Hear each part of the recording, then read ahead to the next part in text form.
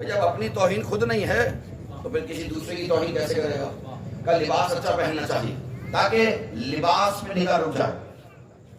آپ کی نگاہ میرے لباس پہ رک رہی ہے, میرے جسم کے نقص تک نہیں جا رہی. یعنی لباس وہ ہے جو میرے تمام نقائص کو چھپا کے آپ کے سامنے پیش کر رہا ہے. آپ کی نگاہ میرے لباس پہ چھپ رہی ہے, آپ کی نگاہ میرے لباس پہ رک رہی ہے. عزیزان محترم آسان کر کے آگے بڑھ رہا ہوں, یعنی میں آپ کی نگاہ میرے لباس پہ رک رہی ہے, میرے نقص تک نہیں جا رہی. جو کچھ نقص ہے وہ چھپا ہوا ہے. یعنی ہمارے سجدے, جب ہم سجدے کرتے ہیں تمام سجدے اکٹھے ہو کر دہلیز سید الساجدین پہ جاتے ہیں, وہاں سید الساجدین سجدہ کرتے ہیں. سید الساجدین کا سجدہ ہمارے سجدوں کو لے کر بارگاہ پروردگار میں جاتا ہے. اللہ کی نگاہ سید سجاد کے سجدے پہ رک جاتی ہے, ہمارے سجدوں کے نقص تک نہیں پہنچ پاتی. ہمارے سجدوں کے نقص تک نہیں آتی. درود پڑھیں گے محمد علی محمد کی ذات کا. یعنی اس کے صدقے سے قبول ہو رہے ہمارے سجدے, اس کے صدقے سے. وہ جو عابدین کی زینت ہے. بس میں ایک اور منزل کی جانے والا ہوں بہت جلدی. ایک ہے مفتی, نام ہے ابراہیم ادھم, نام ہی ادھم ہے. اللہ اکبر. حج کے لیے نکلے, لاؤ لشکر پورا ساتھ. جیسی احرام باندھا, مسجد شجرہ سے آگے بڑھے, کیا دیکھا؟ لکھوں تک صحرا. ایک 9 یا 10 سال کا بچہ ہے, احرام باندھ کے جا رہا ہے اور کہہ رہا ہے لبیک اللہم لبیک لبیک لا شریک لک لبیک ان الحمد ون. پریشان ہو گئے, گھبرا گئے. کہا گھوڑا لڑاؤ, اس بچے کے پاس پہنچو.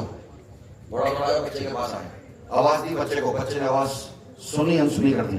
آگے بڑھتا رہا, لبیک اللہم لبیک لبیک اللہم لبیک.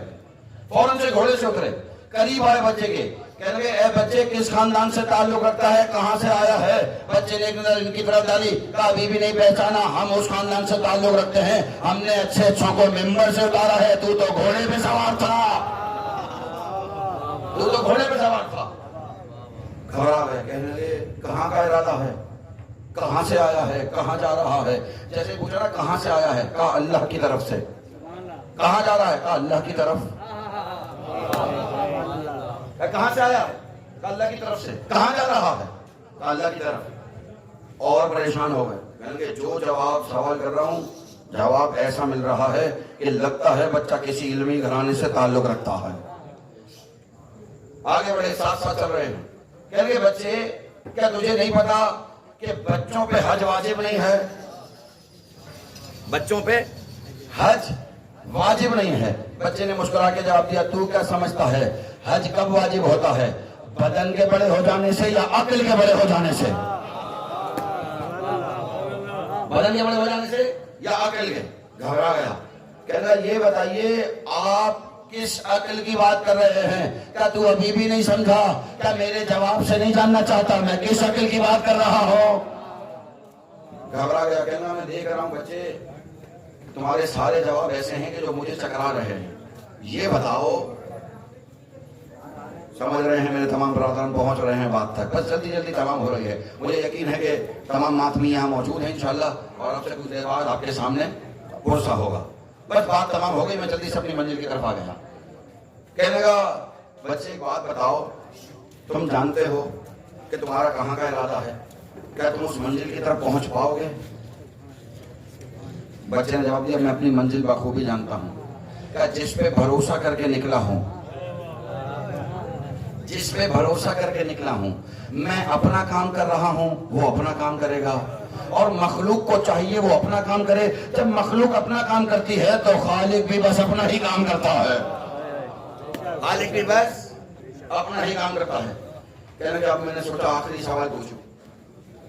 کہنے کہ بچے تمہارے پاس تو کوئی زیادہ راہ بھی نہیں ہے, کوئی سواری نہیں ہے, تمہاری منزل ہے کیا, تمہاری منزل ہے کیا؟ بچہ مسکرایا, کہنے کا زیادہ راہ میرا تقویٰ ہے, سواری میرے پاؤں ہیں, منزل میری مولا ہے, منزل میری مولا ہے. ہمیں پتہ چل گیا سفر کہیں کا بھی ہو منزل مولا ہونی چاہیے. اور ساری زندگی میں نے پوری تاریخ اٹھا لی, نبی نے کسی کو نہیں کہا من کنت مولا. درود پڑھیں گے محمد اور محمد کی ذات پر.